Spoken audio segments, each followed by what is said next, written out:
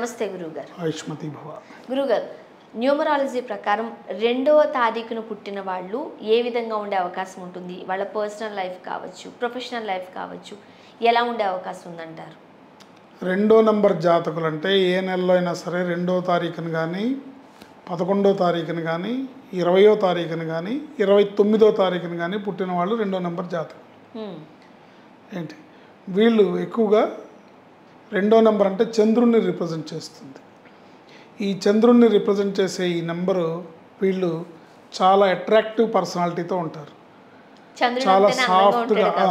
చాలా సాఫ్ట్గా ప్రేమతత్వంతో, చాలా అందరితో కలుపుగోలుగా, అందరితో ప్రేమగా, అందరితో మంచిగా, అంటే వాళ్ళతో ఎవరైనా ఈజీగా ఫ్రెండ్షిప్ చేసేయగలుగుతారు. వాళ్ళతో ఎవరైనా ఏదైనా షేర్ చేసుకోగలుగుతారు. అట్లా అంత సాఫ్ట్గా, స్నేహపూర్వకంగా, ప్రేమభావంతో ఉంటారు. వీళ్ళు మార్కెటింగ్ స్కిల్స్ బాగుంటాయి. వీళ్ళకి ఎవరితోనైనా ఈజీగా కలిసిపోతారు. అందరినీ కలుపుగోలుగా ముందుకు తీసుకెళ్తారు. ప్రేమతత్వం ఎక్కువ వీళ్ళకి. వీళ్ళని గట్టిగా ఏదన్నా గదమాయించి బలవంతాన వీళ్ళతో ఏ పని చేయించలేము. వీళ్ళు ఎలా ఉంటుందంటే, వీళ్ళని ఏదైనా గట్టిగా మాట్లాడితే, ఒకటి గట్టిగా అరిస్తే గట్టిగా కోపడితే ఏడుస్తారు, లేదా 2 వీళ్ళు గట్టిగా అరుస్తారు.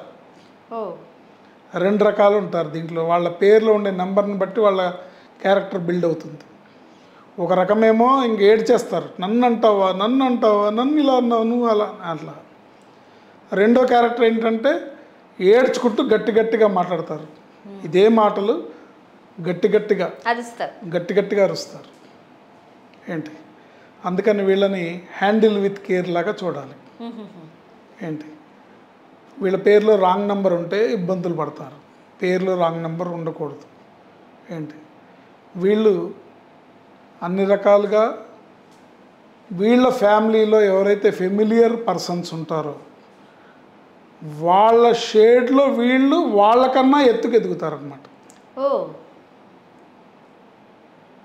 2వ నంబర్ వాళ్ళు వాళ్ళ ఫ్యామిలీలో ఒక ఫెమిలియర్ పర్సన్ ఉంటే ఆ ఫెమిలియర్ పర్సన్ని వాళ్ళ షేడ్లో వాళ్ళ ఇన్ఫ్లుయెన్స్ని ఉపయోగించుకొని వాళ్ళ రంగంలోకి వచ్చి వీళ్ళని మించిన వాళ్ళుగా వీళ్ళు తయారవుతారు. ఉదాహరణకి చంద్రబాబు నాయుడు గారు.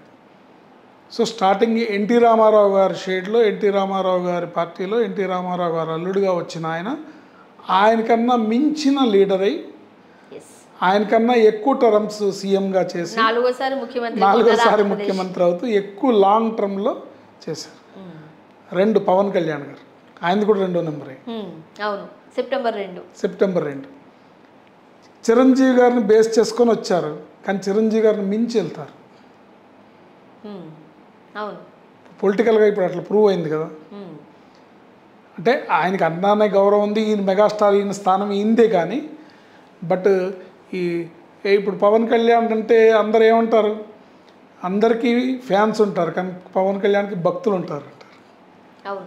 అలాంటి అట్రాక్టివ్నెస్ ఆయన డేట్ ఆఫ్ బర్త్లో ఆయన పేరులో ఉన్న నెంబర్ వల్ల అది సాధ్యపడింది అనమాట. పవన్ కళ్యాణ్ అనే పేరు 11 అక్షరాల్లో ఉన్న నెంబరు అద్భుతమైన నెంబరు. దీనివల్ల ఈ 2 సాధ్యపడింది. ఆయన పుట్టిన తేదీలో ఉండే లక్షణాలు, ఆయన సాఫ్ట్, బట్ కెలికితే మటుకు అదే పులి అవుతుంది. అంటే గదిలో పెట్టి కొడితే పిల్లి పులి అవుతుంది అంటారే, ఆ టైప్ అనమాట. వాళ్ళని రెచ్చగొడితే మటుకు ఎంతకైనా వాళ్ళు చూడాల్సి వస్తుంది. సో ఇట్లా ఈ 2వ నెంబర్ జాతకులకి వాళ్ళు అలా ఉంటుంది.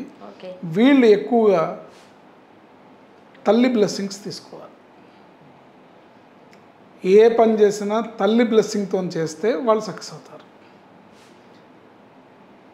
కానీ గ్రహస్థితి ప్రకారం బ్యాడ్ లక్ ఉన్న వాళ్ళు ఏం చేస్తారంటే, తల్లినే నానా మాటలు మాట్లాడి, తల్లినే హింసించి, తల్లినే బాధ పెట్టే వాళ్ళు ఈ నెంబర్లో ఉంటారు. ఎందుకంటే బుద్ధి కర్మానుసారినే, కర్మను అనుసరించే బుద్ధి నడుస్తూ ఉంటుంది. కాబట్టి వాళ్ళు ఆ బ్యాడ్ లక్ని, ఆ దురదృష్టాన్ని మూట కట్టుకునే జాతకం వాళ్ళకు ఉంటుంది. కాబట్టి వాళ్ళు అట్లా బిహేవ్ చేస్తారు. కానీ మనం ఇచ్చే సమాచారాన్ని ఆధారం చేసుకొని ఎవరైనా 2వ నెంబర్ వాళ్ళు ఉంటే తల్లిని తోలనాడకుండా తల్లిని గౌరవిస్తూ ప్రతిరోజు తల్లి ఆశీర్వాదంతో ముందుకు వెళితే వాళ్ళు అన్నిటా విజయాన్ని సాధిస్తారు. వీళ్ళు ఎక్కువగా శ్రీ మహాలక్ష్మీదేవిని ఆరాధించాలి లేదా పరమేశ్వరుణ్ణి ఆరాధించాలి. శివాలయ సందర్శనము, శ్రీ మహాలక్ష్మి దేవి యొక్క సందర్శనము, పూజ, ఆవిడ్ని స్మరించుకోవడం, ఆవిడ్ని తలుచుకోవడం, ఆవిడ్ని పూజించడం వీళ్ళకి మంచి అదృష్టాన్ని ఇస్తుంది.